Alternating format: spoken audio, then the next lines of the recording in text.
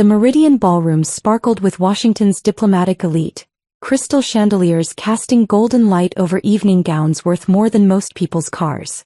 My sister Victoria's International Children's Foundation Gala had attracted ambassadors, senators, and the kind of people who shaped foreign policy over champagne and small talk. "Emma, you'll be sitting at table 12, Mom announced, checking her clipboard with military efficiency. "The guest table's in the back. Much more appropriate for your situation." My situation. If only she knew that my situation included serving as senior policy advisor to 3 different ambassadors, holding diplomatic clearance requiring Senate confirmation, and maintaining relationships with heads of state across 4 continents. But my family preferred Victoria's straightforward career as a cultural liaison, who organized charity events and posted Instagram photos with foreign dignitaries she'd met at cocktail receptions.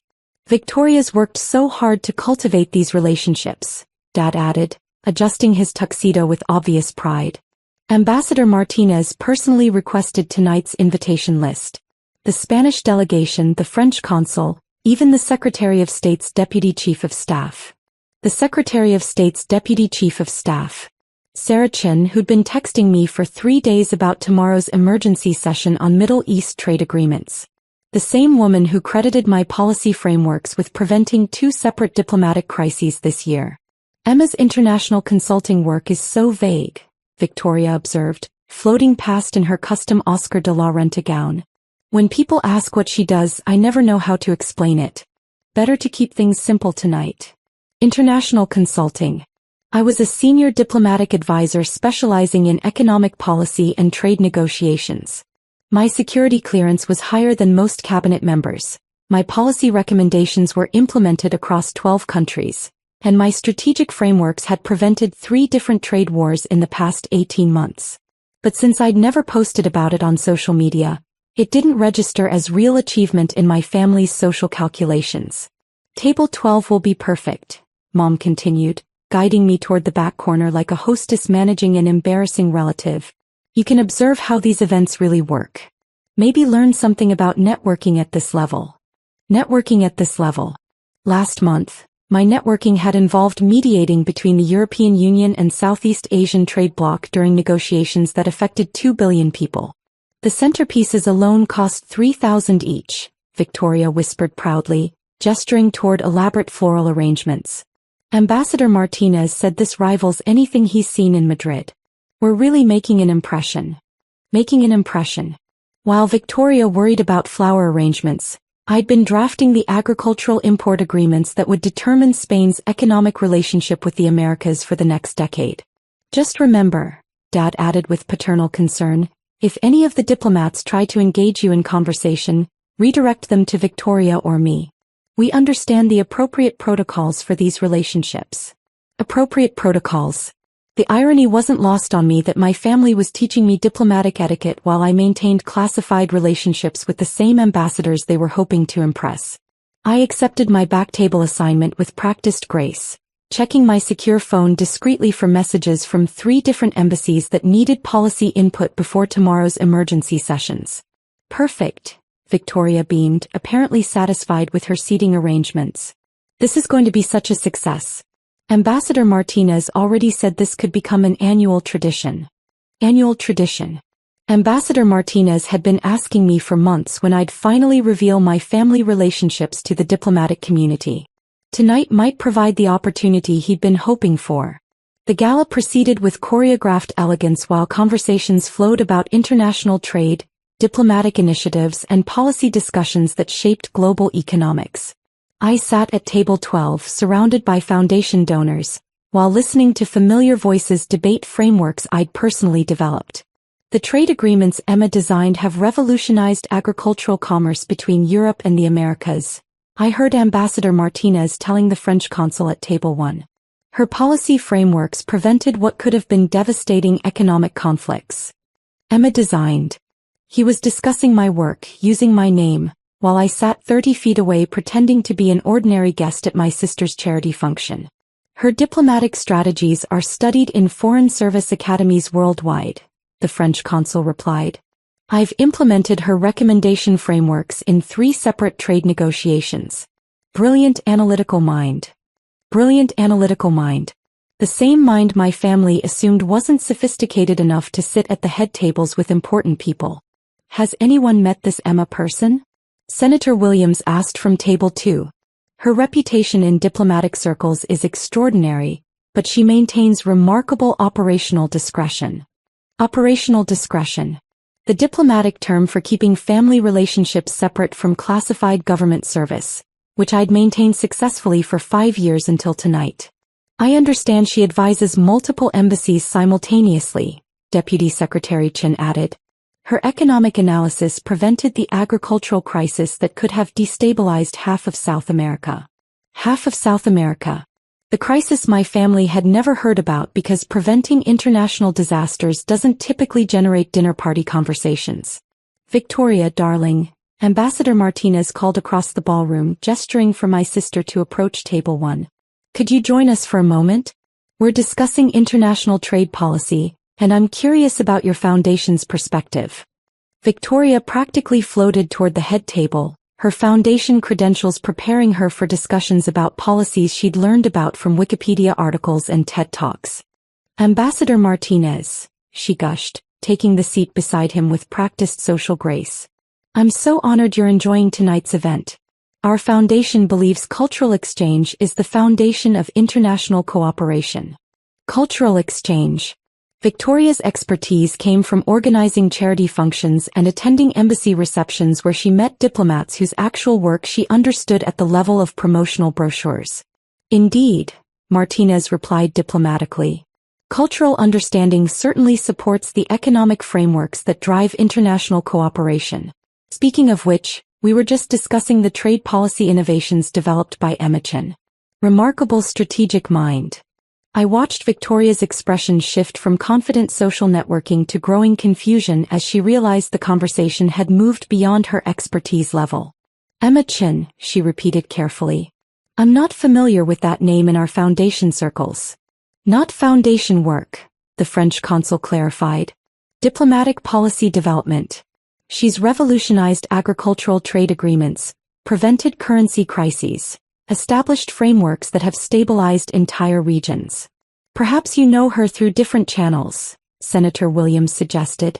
Her work typically operates at classified levels, but the results speak for themselves.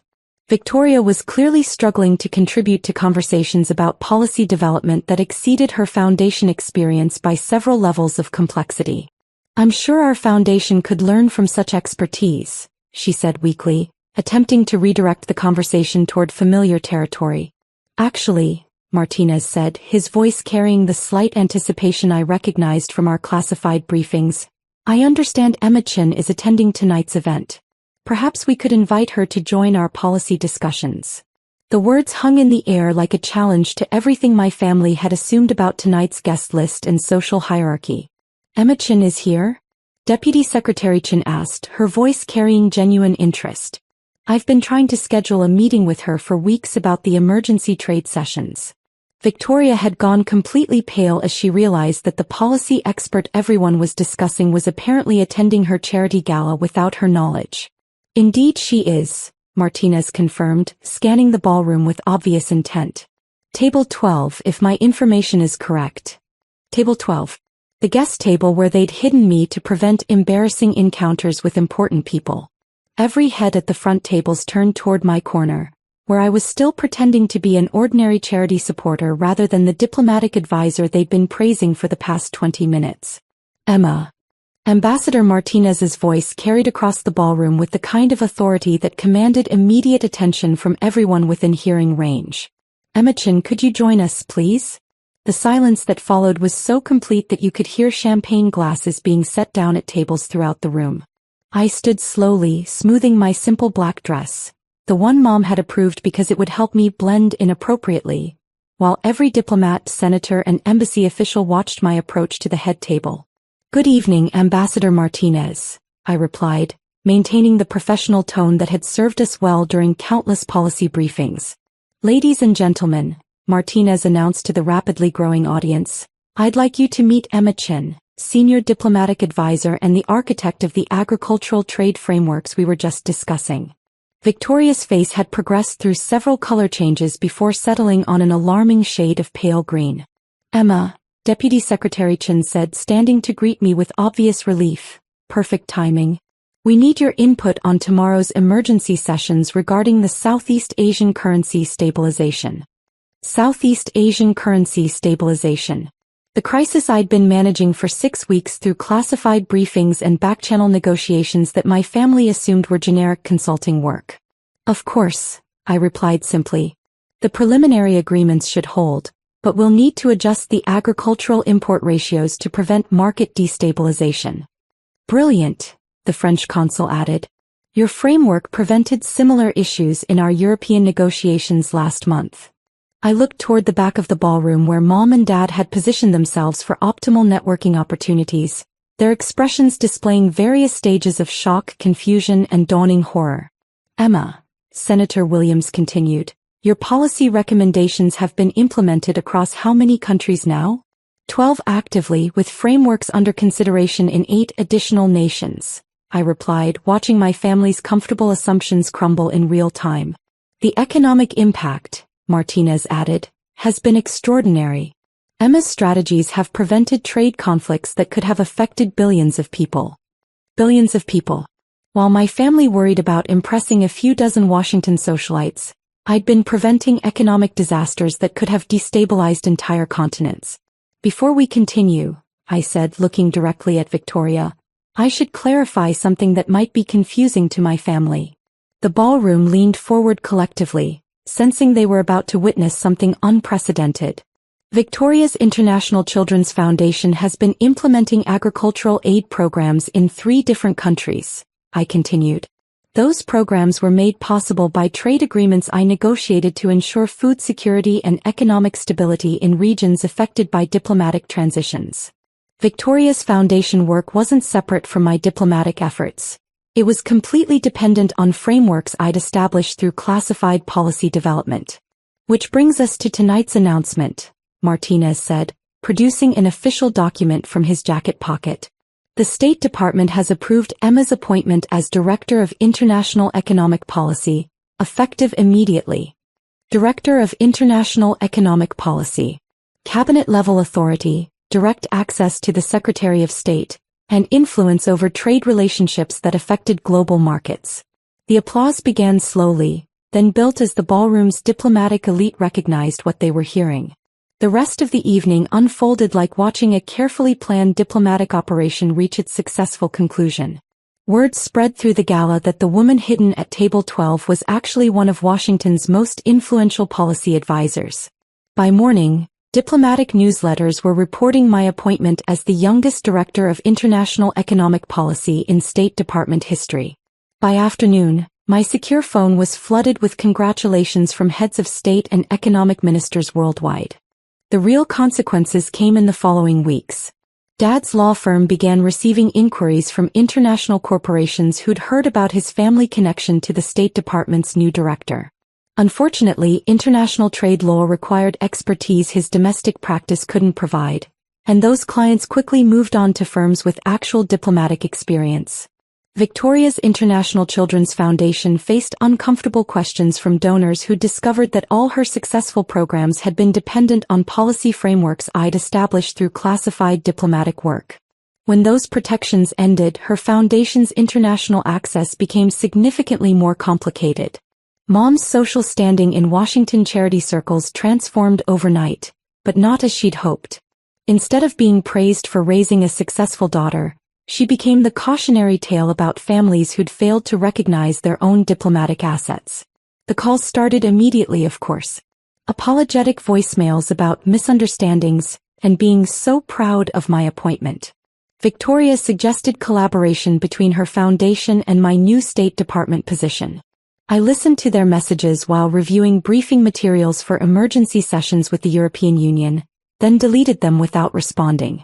3 months later, Foreign Affairs magazine featured me on their cover as the Peace Architect, How One Woman Prevents Tomorrow's Trade Wars.